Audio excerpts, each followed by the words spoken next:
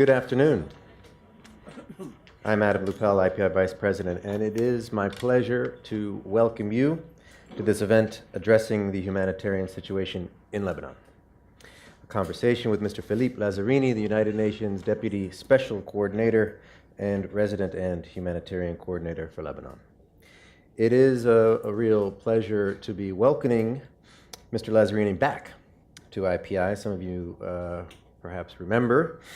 He most recently, late last year, shared with us his insights into the situation in Lebanon and the broader regional dynamics. He's sort of a veteran of IPI events, and we really appreciate that. So I look forward to continuing the conversation. It is sort of a luxury to have you at our disposal to come and speak to us. So thank you. Philippe has a long-standing career within the UN system and previously with the ICRC, with extensive field experience in Iraq, Angola, Somalia, Gaza, Rwanda, Sarajevo, and others. His full biography should be in your handouts, although I suspect that he's quite familiar to many of you here in this room. This event is part of IPI's Humanitarian Affairs Dialogue Series, through which we work to connect leading voices from the field to the conversation in New York and vice versa. One of the things that IPI tries to do, that I see as core to our mission, is to provide that bridge between various parts of the UN system, between field and headquarters, and among member states, civil society, the Secretariat, and others. We hope this series offers a useful platform to break out of the Turtle Bay bubble that too often limits our view of the field, to assist senior humanitarian practitioners to engage in an in-depth discussion with the New York diplomatic and humanitarian communities, and for us to learn from them. As the UN reform process continues, it is vitally important to collectively build those bridges between what is happening on the ground and what is being designed here in headquarters. We hope this event in particular can help to shed light on key developments in Lebanon and neighboring Syria. Since the beginning of the Syrian conflict in 2011, as you all know, Lebanon has seen a huge influx of refugees, adding to the already existing population of Palestinian refugees in the country for a long time. It is estimated that Lebanon currently hosts between 1 and 1.5 million refugees for a population of about 6 million people, making it the country with the highest number of refugees per capita in the world. This presents incredible challenges. Overstretched public health and education services, protracted poverty, rising food insecurity, and tensions between host communities and refugees. To relieve some of these pressures, the Lebanese government has called for refugees to return home, as the Syrian government has been retaking control over large parts of central Syria in the last year.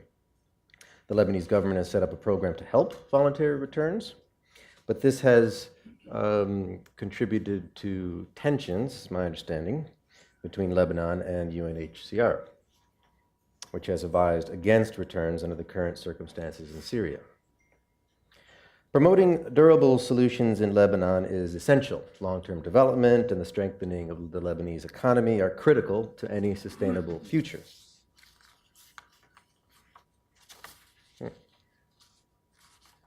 I just missed a page there.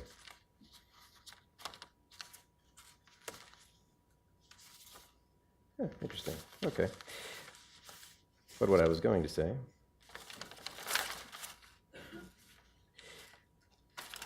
is that long-term solutions are incredibly critical, but the recent events in Syria have brought new attention to the crisis next door, regional dynamics, the need for protection, and the protection of Lebanon from the regional dynamics. And for that, we are very fortunate to have Mr. Lazzarini here, who has experience in all those areas. He will speak for about 20 minutes, and then I will have a couple questions from here, and then we'll have ample time for Q&A from the floor. And with that, Philippe, the floor is yours.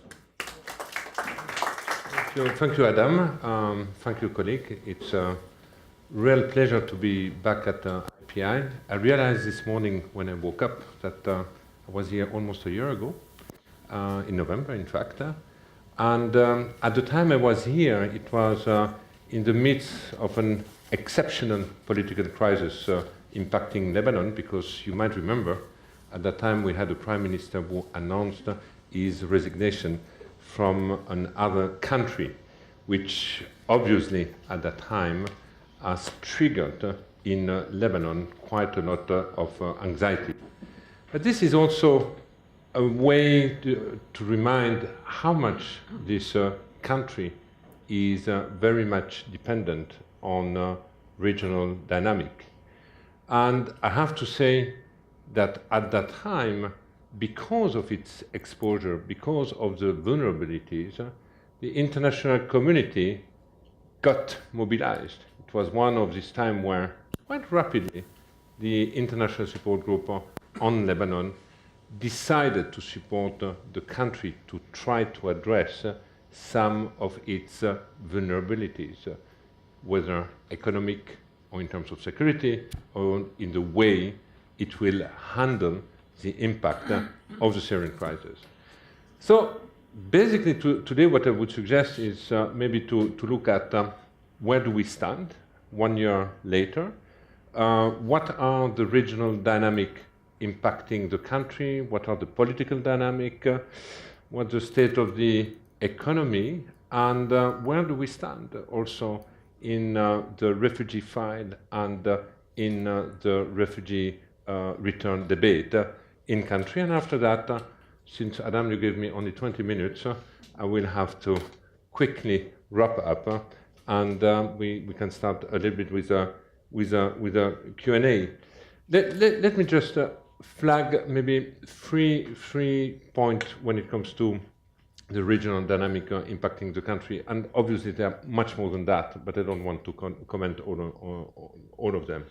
The first one is the one related to the evolution of the situation in Syria. We are 8 years into the conflict, and clearly the conflict is taking a new turn. And sounds, at least seen from Beirut, that it is gearing towards a lower intensity conflict. It does not mean less complicated, because we still have a lot of different interests in the country, but clearly, for the time being, a lower intensity conflict. Which means that this is triggering in country a debate about a debate about whether it is timely or not to engage fully with the government in Damascus. And as you know, this is a dividing issue in Lebanon. On one hand, you have a number of political parties pushing for fully fledged normalization with Damascus, with the reasoning that, number one, the country should be prepositioned for future reconstruction. Number two, the country desperately need to restart its export sector and agricultural sector and other vis-à-vis the Gulf countries, and hence using the Nasib crossing in Jordan. And thirdly, we need also to fully engage in order to talk about the return of the refugees. I would say these are the three elements usually used to justify the return of the relation with Syria. On the other hand, you have other political sensitivities in the country, including the one of the Prime Minister, saying it is too early for the time being to have a fully fledged. Our position needs also to be aligned with the one of the international community, including, for example, the Arab League. The second second trend we have to take into consideration is very much related to the unfolding of the U.S. policy vis-à-vis Iran. What does it mean in Syria, and obviously what does it mean also for Lebanon, since Hezbollah is considered as being an important proxy in this policy. And thirdly, I think we should never forget that we have a blue line, we have a border with the south. It has certainly been one of the most stable, I would say, region or area of the Middle East over the last few years. There is absolutely no doubt, and one of the reasons is that the so-called mutual deterrent paradigm did function, and also because there haven't been no appetite from any side to escalate. But we have all heard over the last few weeks that there have been heightened, I would say, rhetoric when it comes to Israel and Lebanon, including the Hezbollah. You heard Prime Minister Netanyahu at the General Assembly when he was reporting site in Beirut having the capacity to assemble sophisticated missile, and you have also heard over the last few weeks Secretary General Nasrallah talking about the capability that the Hezbollah has. I'm just flagging this because this rhetoric obviously can always lead to unwanted situation. It's usually what we call the risk of miscalculation, hence the need to be very very vigilant on that. Now, when it comes to the internal politics, you know that since last time we met, there have been parliamentary elections. Finally, the first one after 9 years. They have taken place in May, and I have to say that just after the election, there was a kind of a sense of optimism because that quick cabinet formation could take place. There was a sense of optimism because we felt, and the Lebanese felt, that there are so many challenges to be dealt with that we cannot afford to wait too long until such a cabinet is in place. Now we are 5 months later. Some people say, well, this is normal, 5 months in this political landscape. We have to give time to time. But the question is, how much longer will this last?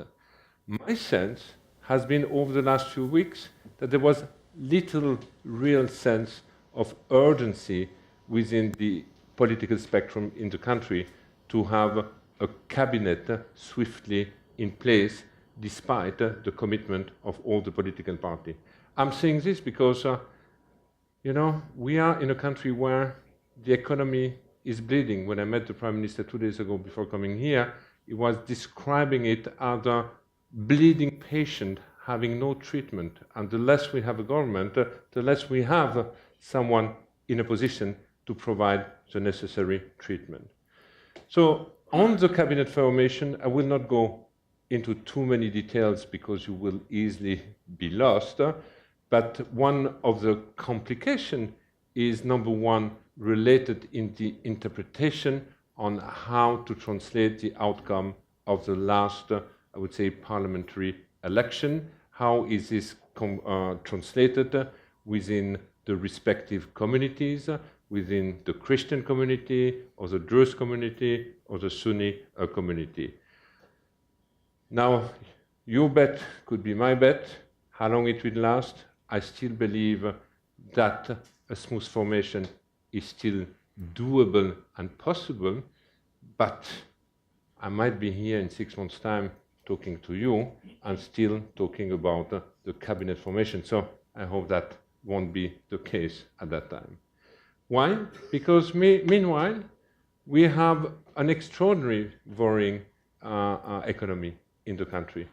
8 years into the conflict, there is no GDP growth, for example.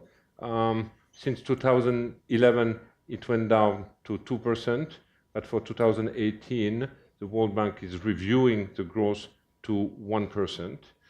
1% means we don't have an economy which creates job anymore. And as you know, we have public finance, which represent a huge part, in fact, of this GDP, whose deficit is increasing year after year, and whose deficit nowadays is extraordinarily exposed to the international market, to the soaring oil prices, for example, or it is very much exposed to the interest rate of the debt. Only this part takes 40% of the national budget, and we have in a country debt which represents 150% of the GDP, which I do believe is the third worst ratio in the world. Japan and another country had a worse ratio on this. So this also takes place in a place where we have high employment, and mainly high employment within the youth community in the north, can reach up to 40%. It's taking place in a country where we have high poverty rate, both within the Lebanese population and much higher, obviously, within the Syrian population.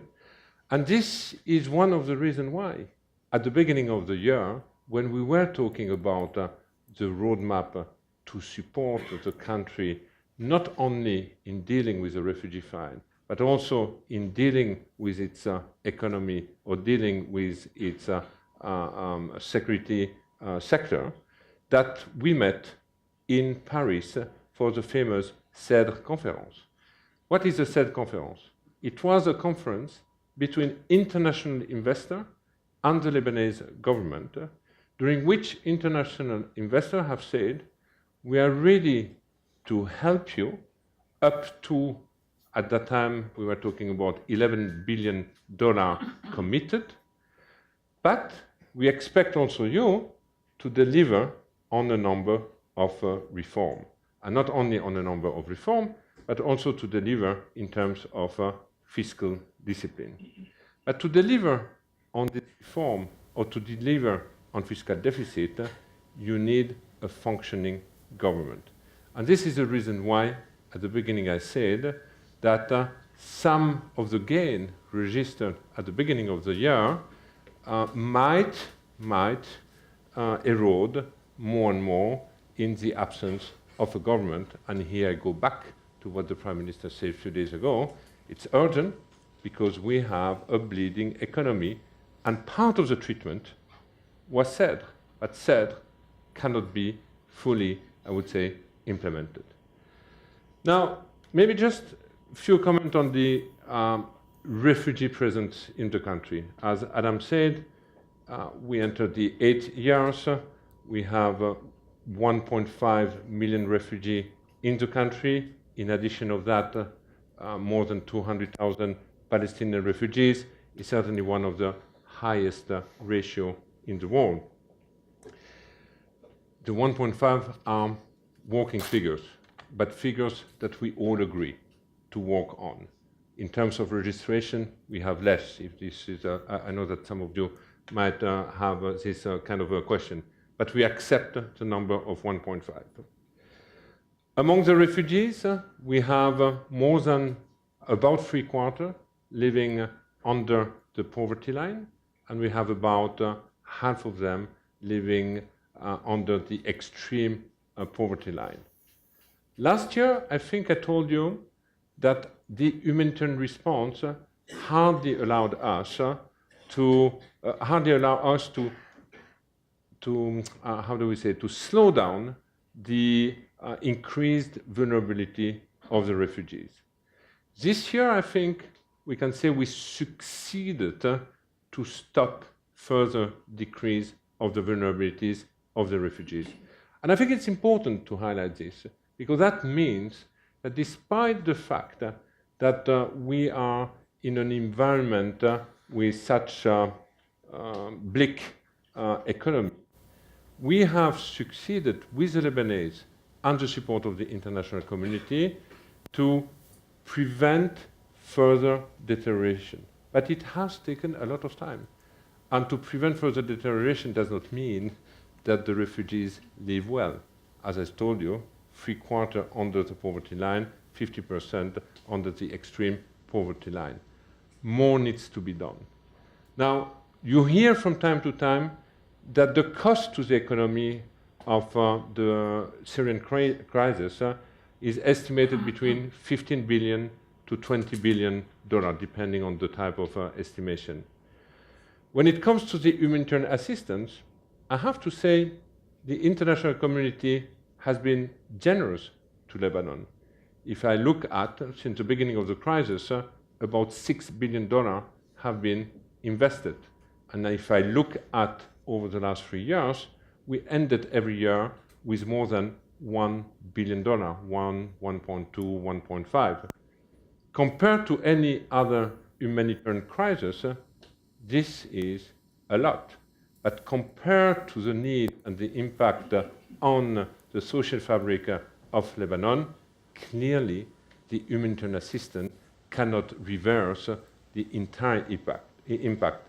Hence the need, and here I go back to what was decided at the beginning of the year, conferences like the one of CEDAR, where we need to bring a boost to the economy. I think last time I met you, I was talking also about raising tension between host communities and the refugees. I would say this tension still prevails. They are not higher than 1 year ago. The main driver of the tension remain the competition on the lower skilled job market or the pressure on some, I would say, public services such as waste management or sewage water management in municipalities. But we have in place, with the government and the Ministry of Interior, a kind of early warning system. We try to measure, in fact, the relation between the host communities and the refugees. Some municipalities put in place what I would call targeted and discriminatory measures vis-à-vis the refugees, such as curfew or taxes or fine and so on. But what we have noticed for the first time is that the interaction between refugees and host communities is decreasing. And decreasing means that in the longer term, in the longer term, we will have more and more prejudice between the two communities. Now, when it comes to the return, this, I think you heard the official position of the Lebanese government. Reintegration in Lebanon is not an option, it's a red line. And this is a position which we acknowledge and we understand and we respect as a member of the international community, which means that the two longer-term or durable solutions remaining are the return or the resettlement. But when it comes to the resettlement, we also know that the generosity of the international community has decreased when it comes to resettlement. So unfortunately, the real durable remaining option is the return. You have also heard many times the President, when he was here at the General Assembly, that the return should not be tied to a political solution. I highlight this point because in this region, it's quite important to understand that whatever refers to a political solution might refer to something which might never take place or might take place decades and decades. Hence, the insistence also not to tie it to a political solution. But obviously, and what we hear also, is that across the political spectrum, no one wants to be involved in any refoulement of the refugees back to Syria, meaning by this that no one will be pushed back against its will. So that's, I would say, the starting point. Now, over the last few months, the debate on the return has resurfaced. It has resurfaced also following the famous Russian initiative that you might have heard about the return of the refugees. And we have a number of people who start to return to Syria. In 2017, we had maybe 12,000 people, very limited number. In 2018, we can talk about 8,000 people who have returned that we are aware of, but the General Secretary, who is in charge of the return of the refugees, is reporting a higher number. They might be also aware of cases that we as the UN are not aware. The position of the UN is we are not in a position to facilitate or to facilitate any return to Syria, because we do believe that the conditions in country are not yet met for, I would say, a large-scale return of the refugees. But if refugees want to return, and you have a number of people who want to return, we will support and make sure that they're returning with all the necessary documentation. Meanwhile, we have to continue to work in the country to make sure that condition for a safe, dignified return is taking place. So that's a little bit where we are in the debate nowadays. You might have heard a few months ago that there have been some tension between UNHCR and the Ministry of Foreign Affairs in Beirut.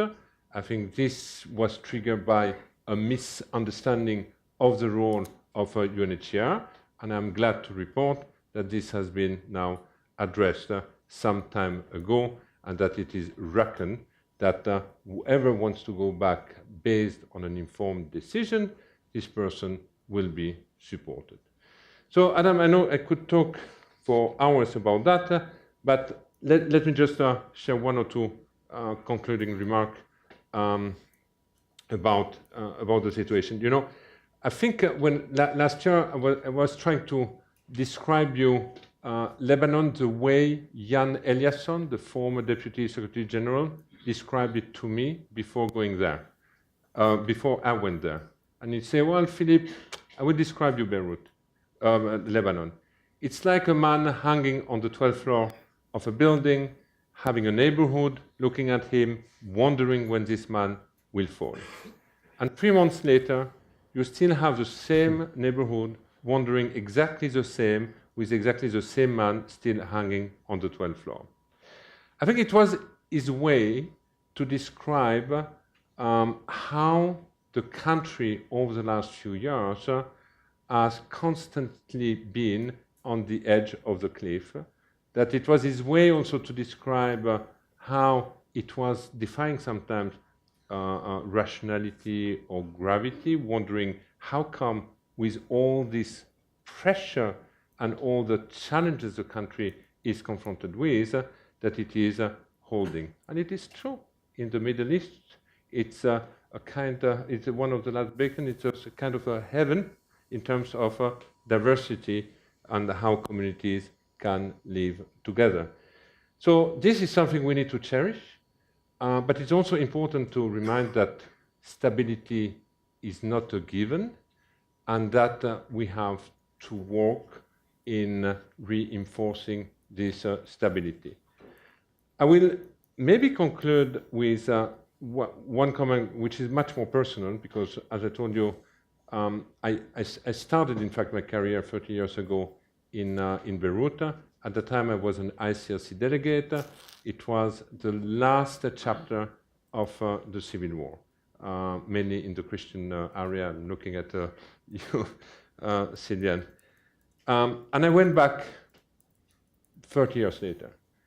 And somehow, what struck me the most, and I go back also to what I told you before, the country constantly being on the edge of the cliff, I do believe that if we want proper durable stability and start to build prosperity on the stability, it's important that the country at one point also goes through the collective memory of the civil war. And I have to say, this work in the heart and mind of the people has not yet taken place. And as long as this is not taking place, we can feel constantly a kind of mistrust between the various communities. And this is one of the reasons why I keep advocating also in Beirut about the importance. Does not mean that this should be detrimental to social stability, but with the idea of reinforcing what social stability would be all about.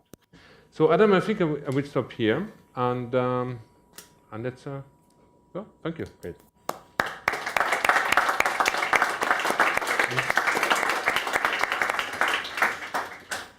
Well, thank you, Philippe. I mean, that's you covered a lot of ground there. I mean, in just 20 or so minutes, the regional dynamics, internal politics, economic development, the refugee crisis. So many factors putting pressure on the country, but as you say, there's a remarkable level of stability, though the stability is not a given, and so we need to work to sustain it. I wonder, though, if you could, before we go to the floor, we'll open up in a moment, but I wonder if you could say a few words, a bit more words about some of the specific work that you're doing, that the UN is doing. You mentioned, as you said last time when you were here, we spoke at length about tensions between communities, between the refugee community and the host community, and you spoke about that there is host country fatigue. Mm-hmm. You described just now that the UN has an early warning system in place to identify some of the crisis areas. Are there other interventions that you're working on to support some maybe local level community engagement? IPI has been doing a fair amount of work on local level mediation, and wondering how the communities are relating, and if the UN is helping to facilitate and improve relations. And then also to get maybe a little bit humanitarian wonky. Last time you were here, we talked a bit about the humanitarian development nexus, and much of the problems that you describe, to me, really sit at that intersection between the need for development, but also a short-term need for humanitarian assistance and such. You mentioned last time that the conversations in Lebanon about the humanitarian development nexus are really theoretical at this point. And I'm wondering if in the last year, has there been progress in putting into practice some of these ideas, the new way of working, which looks to develop, to connect development actors and humanitarian actors? Is there more of an operationalization of that in the country level in your team? Thank you. Many questions in all of your questions, but let's just flag the humanitarian development nexus. I do believe, and I think I said it already, that we have reached a kind of ceiling when it comes to humanitarian assistance. I don't know how much longer we can sustain the $1 billion plus in a protracted environment after 8 years of crisis. Hence the importance, and this week I keep flagging, about having more visibility on the multi-year funding. And I know that a number of donors have difficulties because most of the time a humanitarian cycle is a 12-month cycle and does not go far beyond that. Having said that, we have to bring on board a number also of development partners in country. And I think we start to succeed. One of the examples since last year is that between the World Bank and the United Nations, we have agreed not only on a compact, but we have highlighted all the area where we do believe collectively, World Bank and the United Nations, we can make a difference over the last 4 years. And we have highlighted areas such as the assessment in the country, areas such as the social protection safety net for both the Lebanese, but also the refugees receiving cash assistance in the country. how do you make it durable? For the time being, cash assistance has been primarily provided through humanitarian funding. So we have to start to think beyond that, and hence the importance to have the development partners. But more needs to be done. Each time we meet in Brussels, we are highlighting, stressing the importance of multi-year commitment. This is the only way. You cannot commit to host communities, hosting large number of refugees, to invest in some critical infrastructure to be in a position to deliver services to everybody with a 12-month cycle. It's impossible. So that's the reason why I would say in context like Lebanon, in a protracted situation, the humanitarian development nexus should be nothing else than a way to do business. And when we know it is protracted, we should all commit on a multi-year basis and not just to commit with an emergency limited mindset. When it comes to the relation between host and the refugees, it is true that over the last few years, the overall perception has evolved.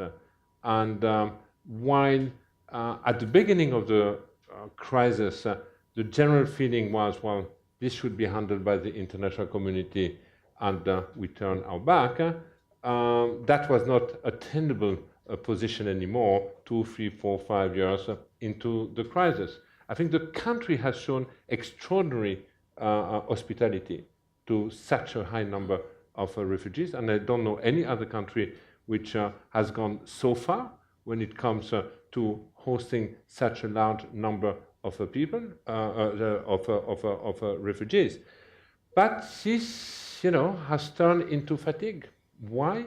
Because the country also, the entire country, the entire economy, the population is impacted by the crisis.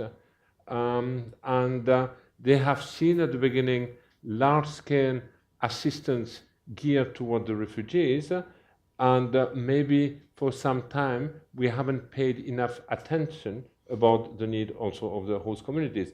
So I think over the last few years, this has been adjusted, and this is one of the reasons why we have developed a program such as the one of the Lebanese host community program, which primarily bring communities hosting the highest number of refugees together, and we ask them to identify what are the priority projects they need in order to keep some social stability between the refugees and the host communities. Mm-hmm.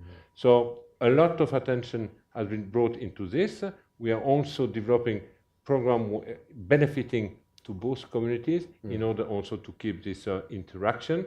But despite that, as I mentioned before, we have observed that that the tendency is now to be more and more separated. Mm-hmm. Yeah. Great, thank you. We'll I'll open the floor now for questions from the audience. Yes, here, Archie, and then in the back. Please introduce yourself for the webcast, please. Hello, Archibald Henry, International Peace Institute. I had a question about the city of Tripoli in northern Lebanon, which in 2013, 5 years ago, was rocked by sectarian violence and attacks, and today is arguably seen as a symbol of recovery and resilience in Lebanon. And I was wondering if you could speak a little bit about the UN's efforts in supporting that city and working with local authorities, not simply national authorities, and through UNDP in particular, and what should be the role of the UN going forward in sustaining peace in a way. Thank you. Great, thank you. We'll take a couple of questions and then come back. Here, then just back here, yes, and then all the way in the back. Thank you. My name is Mehdi Mirafzal from UN Office for South-South Cooperation. This is I don't know whether a question or clarification seeking from Philippe. You called Hezbollah proxy.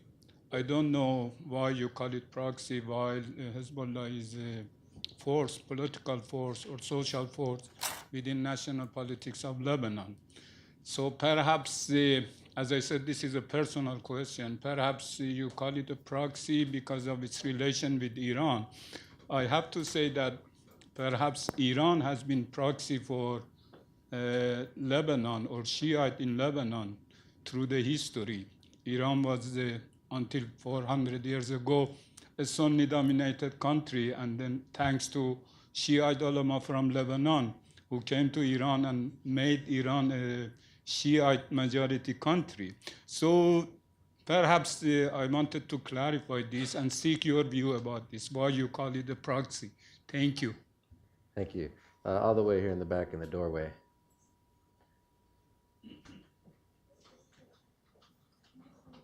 Thank you so much. The Lebanese diaspora being large and widespread as it is, which role do they play in the current situation? Very succinct. Thank you very much. We'll come back to you, Philippe. Yeah, thank you.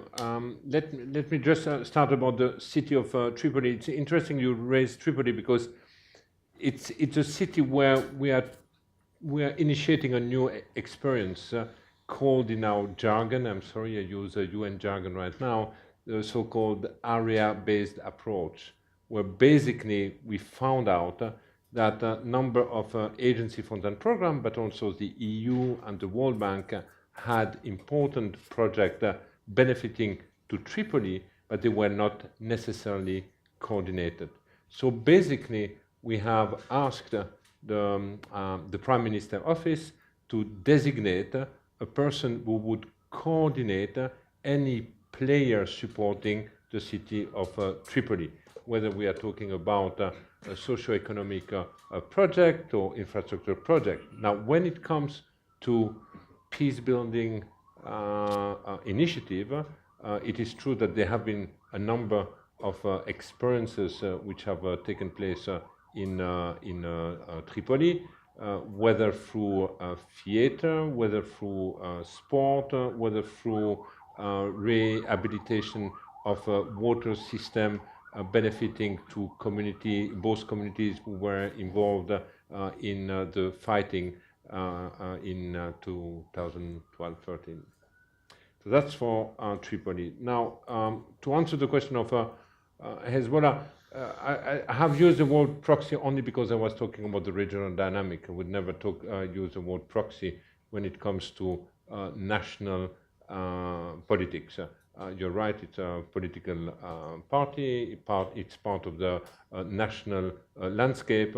So within Lebanon, I would never use the word proxy. But I think it came out at the time I was more talking about some evolution in the region. But I have to say, you have a more in-depth, historical in-depth than I have, so I would be quite happy to hear a little bit more about who is proxy or not proxy in this kind of interaction or dynamic.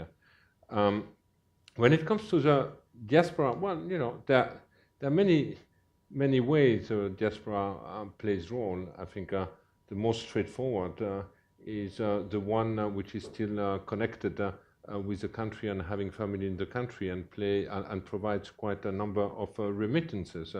And it's quite important for the economy. We talk about the $7-8 billion a year of remittances into Lebanon. Then there are other roles. I mean, if I look at UNDP, we have developed a project. We have developed a program allowing the diaspora to invest in local communities through UNDP. We have also put in place a Totken program where basically we are asking members of the diaspora having a particular expertise to put in place this expertise to a given ministry or to a given institution. For example, we had to develop recently SOP on how to treat cancer in Lebanon. We brought someone from the Lebanese diaspora, an expert, who helped to finalize this SOP for a few weeks. We had the same in how to better manage a prison. We had Lebanese from the Canadian diaspora expert on running a prison in Canada who came to provide advice to the authorities. So we have this, I would say, very targeted program allowing the diaspora to be connected with the institution. Great, thanks. We have another round of questions from the floor. Yes, here in the front, second row. But B, right here. And then we'll go to John. Hi, my name is Neda. I wanted to ask a question in regards to the refugees that you were talking about. Do you also include internally displaced persons and stateless people?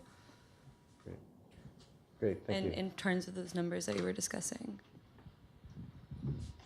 John. Yeah. So, John Hirsch, IPI. So this is 40 years since UNIFIL got started. So first, do you anticipate the UN staying several decades more in Lebanon? Secondly, could you say something about whether there's a direct dialogue between the government and the government of Syria, Assad, with the Russians, with the Americans? What kind of dialogue is going on with the major players in the Security Council? Thank you. Yes, one more over here in the second row.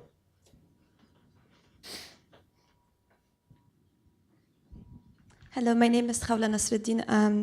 I'm just wondering, with the current global compact on migration and the focus that has been given on the well-being of the migrants or displaced individuals, maybe what are some of the dialogues going on in terms of what services will be provided or how to tackle the big public health concerns within the refugee population? And perhaps what types of advice would you give from your position for individuals who are looking for health interventions in Lebanon? Great questions, all of them. Thank you. Yes, absolutely. The first question was on IDPs. IDPs. Well, officially, at least for sometimes, officially refugees were named displaced people in Lebanon, and the Minister of Foreign Affairs never wanted to talk about refugees, but rather about Syrian displaced people. But we agree on who we are talking about. We have a number of Syrian in the country, which is estimated at 1.5 million. We have among them a little bit less than 1 million officially registered by UNHCR. The registration is not complete because it ended at the end of 2014. And then you had also a number of births which have been registered in the country, which would bring the total between 1.3 and 1.5 million. But as I said before, the 1.5 is an agreed working figures. That's the estimate for the country. But we are not doing the distinction between displaced or refugees in Lebanon. It's more a rhetoric discussion, a definitional discussion which has taken place. But when it comes to providing assistance, we are not making any kind of differentiation, including when it comes to school enrollment in the country. Yeah, you mentioned UNIFIL 40 years. I'm quite glad to say that the UN is present for much longer than the UNIFIL presence when it comes to Lebanon. And as we know, Lebanon is also one of the founding members of the UN, and some of the agencies, fund and program are here since the creation of the United Nations. So it's a real long-standing relation in the country, and I hope that this will continue. I'm not talking in the form of a peacekeeping, but in the form of a United Nations accompanying the future development and prosperity of the country. You're talking about the type of dialogue with Damascus. That's what I highlighted before. This is an issue which is dividing the political class in country, but there are relations. You have ambassadors to start with.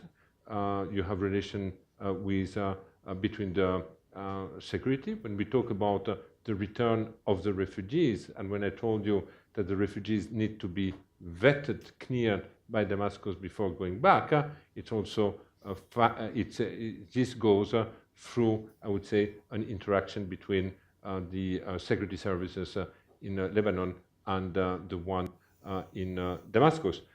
As you know, following the Russian initiative, we were talking also about putting in place a coordination mechanism.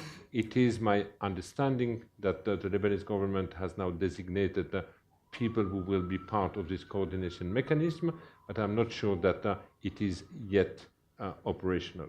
But at least people have been designated in charge of leading this kind of dialogue. For the last point, I'm sorry I haven't attended the latest discussion or seen any feedback on the latest discussion in Geneva.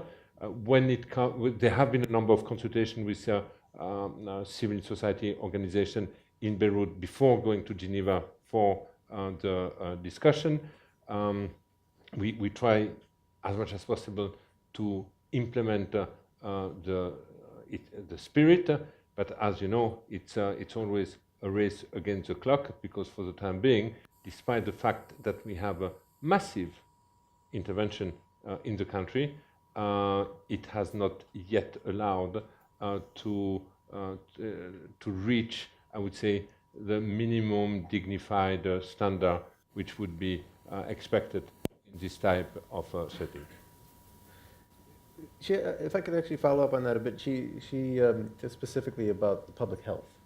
IPI has been doing a fair amount of work on the challenges delivering healthcare in armed conflict situations among humanitarian. What is you referenced the difficulty of accessing basic services for the refugee communities. What specifically is the status of the health services for the refugee communities? The health, I mean, when I was highlighting the specific of some public services being also trigger or amplificator of tension between the host and refugees, I had more in mind services such as the management of the garbage, the water sewage system, but not the access to primary health care or to public health care in the country. It's definitely not the best funded sector, but the access for the refugees, for the people to this structure has been maintained and hasn't been a source, I would say, of any type of tension yet. All the way in the back there, yes. Hi, I'm Maisata from IPI, and I wanted to know if you could elaborate a bit on the condition of women and children refugees, so in terms of access to education and gender-based violence. Thank you. We'll go right behind you, Aisata, and then we'll come up into the front again. Thank you. My name is Shahid Hussain. I'm a UN retiree, presently advising the UN Office for South-South Cooperation. You mentioned you went to Lebanon 30 years ago. Well, I served in Lebanon 20 years before you, 50 years from now, as the Deputy Resident Representative of UNDP, for a while also acting representative, and for a while I also served as one of your predecessors as acting representative of UNHCR.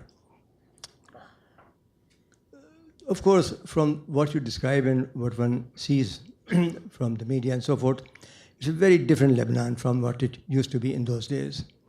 But in some ways, there appears to be this country in possession of capacities that could perhaps be better utilized. During our days, Lebanon used to be a major source of recruitment of experts for the various UN agencies in different fields of activity. There were institutions which also were providing both consultancies and training facilities.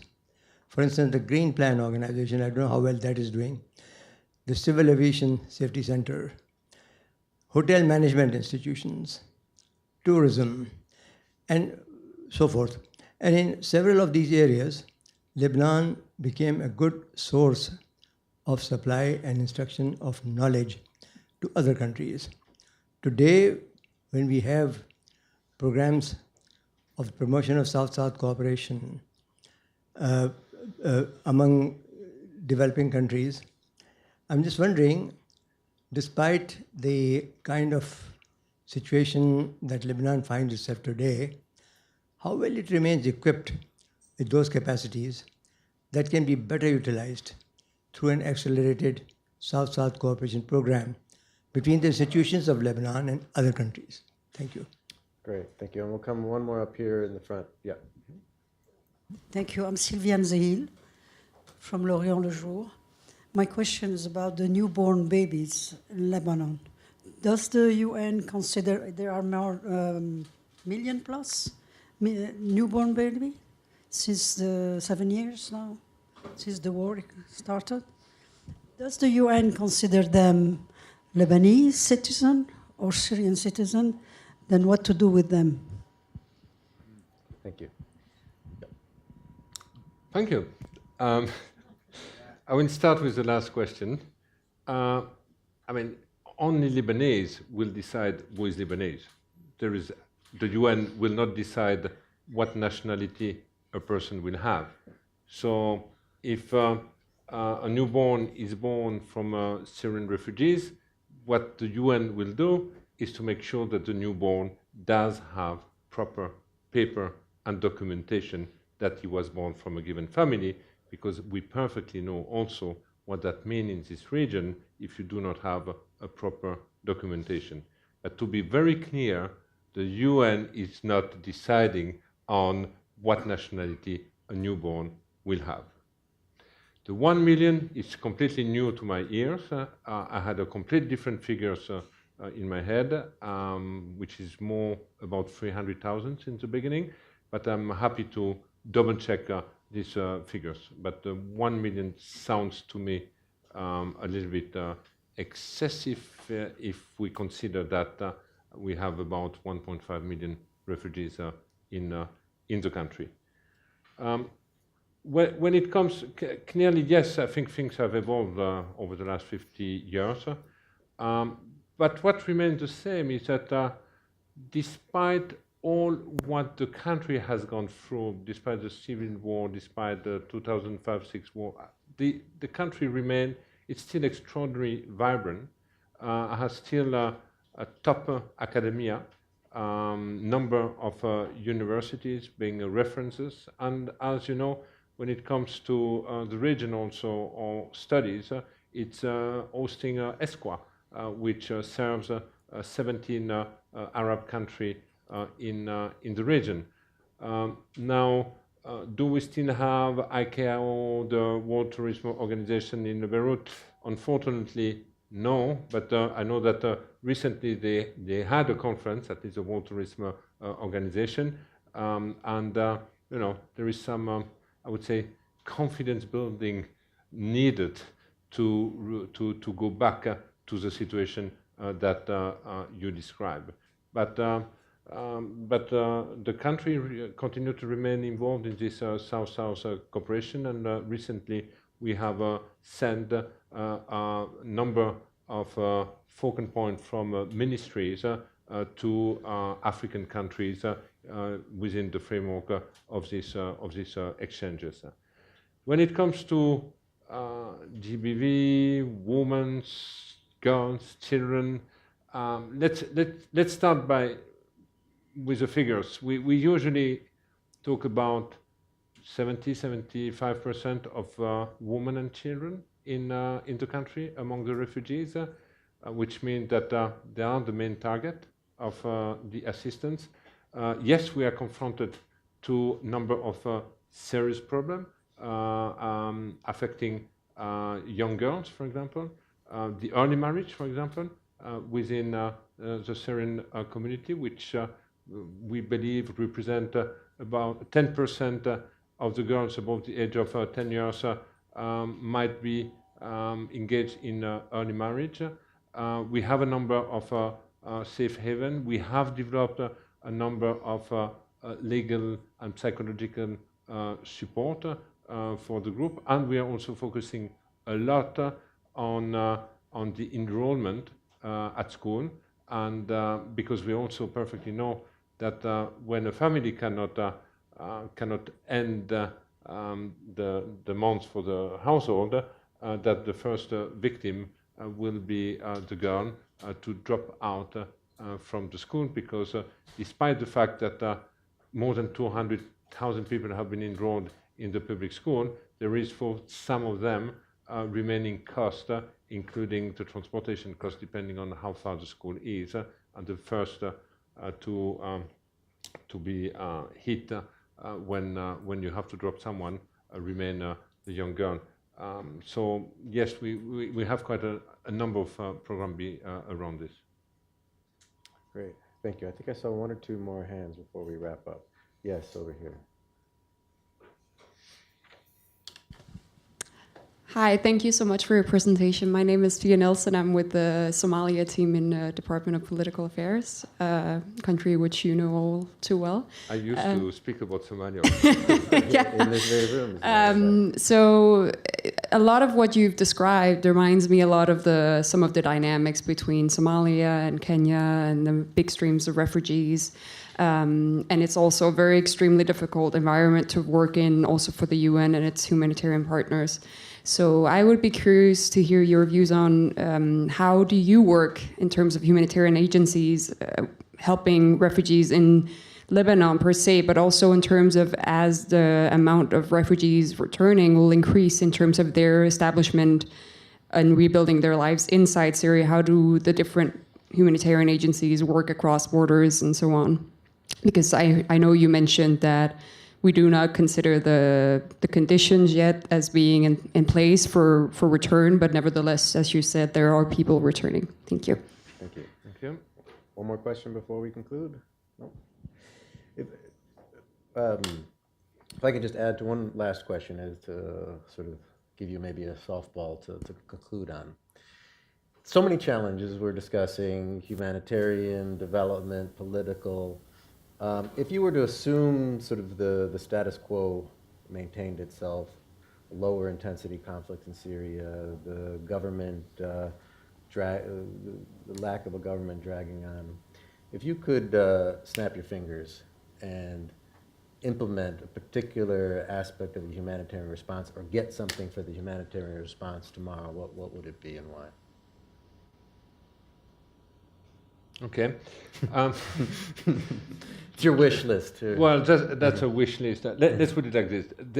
The response won't be of an humanitarian nature in the country. What's needed is to fix the economy, to start with. Let's put it like this. If we talk about statu quo for the coming few years, one of the remedy which has been identified jointly by the Lebanese and the member of the international community has been this Cedar Conference.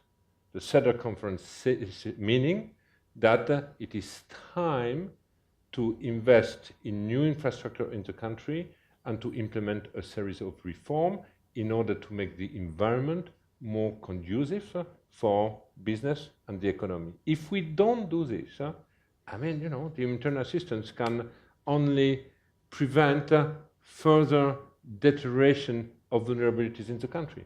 But it cannot go beyond that. And on top of that, it's not durable. The only thing which is durable is to offer people the possibility to have a job in the country. And for that, the country needs to create jobs. And as long as it does not create jobs, I don't see what the response would be. A few years ago, we met at the London conference and we said, we will create 200,000 jobs. How do you create 200,000 jobs in an economy which does not create jobs anymore and for which you have a low level of confidence from financial investors in the country when it comes to investment in the real economy? So I think the answer lies certainly in reforms and the economy. That's where we have to find the answer. When it comes to the refugee return, The only thing I can tell you at this stage is there are a number of technical discussion going on by UNHCR, by my counterpart Ali Al-Zatari in Damascus about what could be the impediment for people to go back. There are quite a number of impediments for the time being.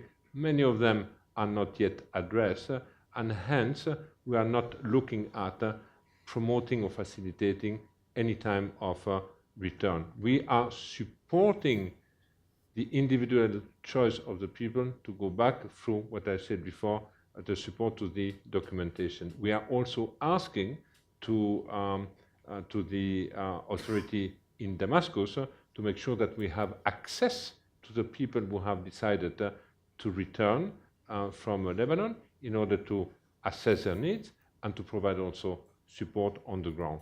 I'm not saying that this discussion is always easy, but that's the approach being developed. Great.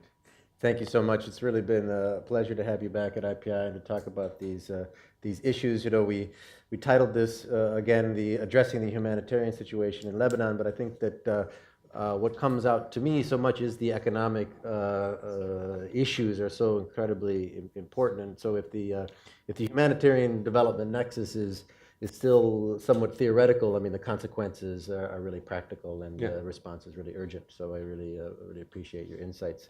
And with that, I would just say thank you all for coming and sticking around and for the great questions. And Philippe, thank you again for all your hard work. Thank you, Adam. Thank you. Thank you.